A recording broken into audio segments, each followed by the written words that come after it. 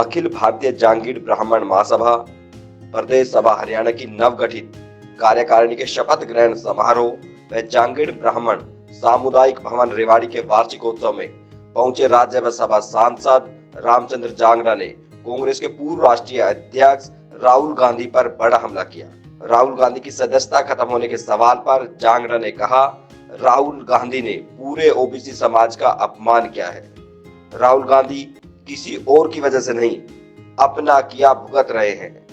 जब प्रधानमंत्री मनमोहन सिंह अपने अलायंस पार्टनर लालू यादव को बचाने के लिए वर्ष 2013 में पुराने कानून में बदलाव कर अध्यादेश लाना चाहते थे, राहुल गांधी ने छीनकर फाड़ दिया था। रामचंद्र जांगड़ा यहीं तक ही नहीं रुके। उन्होंने कहा कि राहुल गांधी कभी भी प्रधानमंत्री नरेंद्र मोदी की बराबरी नहीं कर सकते। एक संसद सदस्य को बहुत सोच समझकर बोलना चाहिए। वहीं उन्होंने कहा कि प्रधानमंत्री नरेंद्र मोदी के नेतृत्व में ओबीसी समाज को उसका पूरा हक मिल रहा है। उन्होंने यह भी बताया कि विश्वकर्मा कौशल विकास योजना लाने के लिए पूरे समाज की ओर से प्रधानमंत्री नरेंद्र मोदी जी का आभार जताया गया है। उन्होंने कहा कि तमाम ऐसे प्रयास चल रहे हैं ताकि पिछली पंक्ति में खड़े लोगों का विकास किया जा सके। यह प्रधानमंत्री नरेंद्र मोदी के नेतृत्व में ही संभव हो सकता है। अब आपको दिखाते हैं रेवाड़ी के जेल रोड स्थित जांगीड़ धर्मशाला पहुंचे राज्यसभा सांसद रामचंद्र जांगड़ा ने समाज से लेकर तमाम मसलों पर क्या कहा। क्या कहेंगे आज के कार्यक्रम के बारे में? आज ये हमारे प्रदेश की जो जांगीड़ सभा है उसके हमारे प्रदेश के अध्यक्ष श्री खुशीराम जी, आज उनके जितने भी पदाधिकारी हैं, उपाध्यक्ष होते हैं, सचिव होते हैं, उप सचिव होते हैं, जिलाध्यक्ष होते हैं, आज उन सभी का शपथ समारोह यहाँ पर था। इसी संदर्भ में पूरे हरियाणा प्रदेश से, दिल्ली से, राजस्थान से और हमारे राष्ट्रीय प्रधान हैं जो बेंगलोर में रहते हैं, वो भी सब यहाँ पर उपस्थित थे। कुछ गए चले गए, कुछ यहाँ पर उपस्थित है। पूरे समाज का एक ये सामाजिक कार्यक्रम था और इसमें विशेष और प्रधानमंत्री जी ने जो विश्वकर्मा कौशल सम्मान योजना आपके बजट में जो निर्धारित की है भारत सरकार द्वारा, उसके ऊपर विशेष तौर पर प्रधानमंत्री जी का पूरे विश्वकर्मा समाज ने धन्यवाद किया है कि अब लंबे समय से देश में मेक इन इंडिया नहीं था, शिल्पकारों के हाथ का काम विदेशी कंपनियों ने छीन लिया था। अब नया युग दोबारा शुरू हो रहा है और भारत सरकार ने बजट में इसका बहुत बड़ा लक्ष्य निर्धारित किया है कि जो पेशेवर कारीगर लोग हैं, जो दस्तकार लोग हैं, उनको आधुनिक कलाओं का प्रशिक्षण देके और उनको उत्पादन के लिए भी हम आर्थिक मदद करेंगे और उसके बाद जो उसका उत्पादन की जो बिक्री की व्यवस्था है वो MSME चेन से जोड़ के और उसकी निर्यात की भी और देश में भी बिकने की व्यवस्था करवाएंगे और जो बढ़िया उत्पाद करेगा उसको विश्वकर्मा कौशल सम्मान से भी सम्मानित किया जाएगा।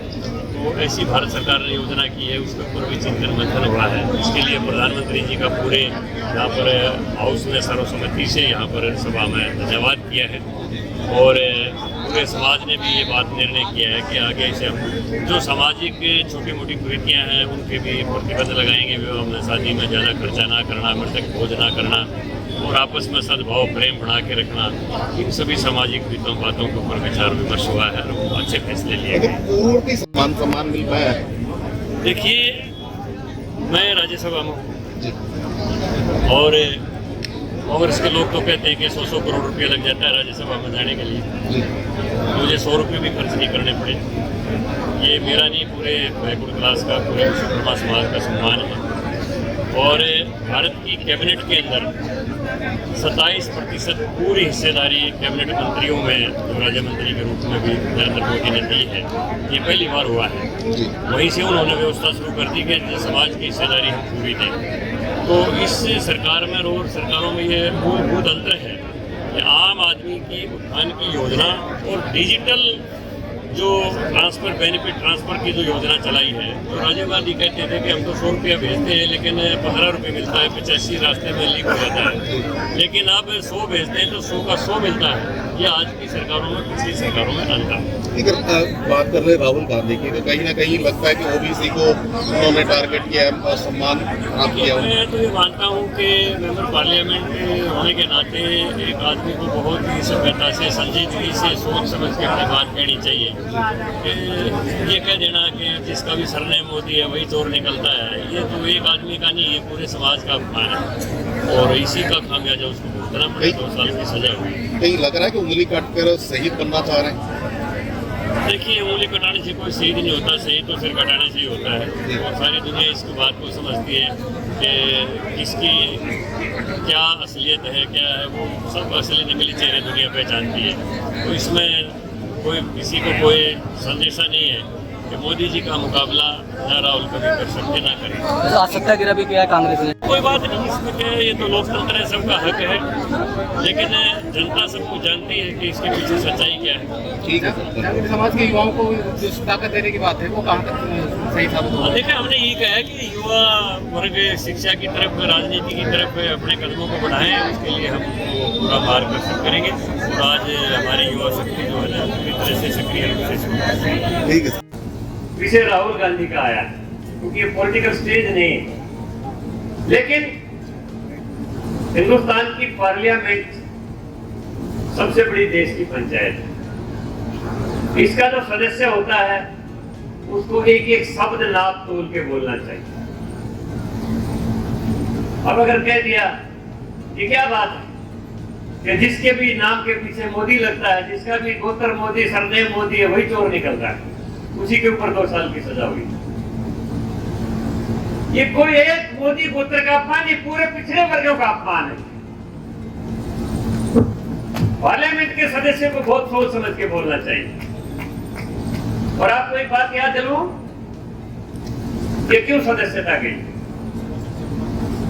लालू प्रसाद यादव की इसी तरह के एक मामले में सजा हो गई और सुप्रीम कोर्ट ने रूलिंग दे दी कि उसी दिन, जिस दिन किसी राजनीतिक व्यक्ति को सजा हो, उसकी सदस्यता भी, अगर वो विधानसभा का सदस्य है तो विधानसभा से, लोकसभा है तो लोकसभा से, राज्यसभा है तो राज्यसभा से, उसी दिन उसकी सदस्यता खत्म हो जानी चाहिए जिस दिन उसको सजा हुई।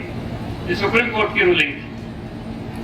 मनमोहन सिंह लालू यादव को बचाना चाहते थे क्योंकि उनका अलायंस पार्टनर था, उनको मदद दे रहा था, तो उन्होंने एक नई अमेंडमेंट सुप्रीम कोर्ट की रूलिंग के खिलाफ पार्लियामेंट में पेश कर दी। ये 3 महीने का जो अपील का समय होता है, तब तक उस सदस्य की सदस्यता खत्म नहीं होनी चाहिए। ये पार्लियामेंट में नई अमेंडमेंट के लिए पेपर तैयार करवा दी और राहुल गांधी ने वो मनमोहन के हाथ से वो पेपर छीन के और सारे फाड़ दिए कि कानून के सामने सब बराबर हैं, उसी दिन से सजा होनी चाहिए। उसी में फंस गया, अपने किए की भुगत रहे। तो ये खैर राजनीतिक बातें थे, भाई ने याद दिलवा दी तो मैंने कह दिया, लेकिन वो हमारे सामने कोई चुनौती भी नहीं। कहां मोदी का व्यक्तित्व, कहां उसका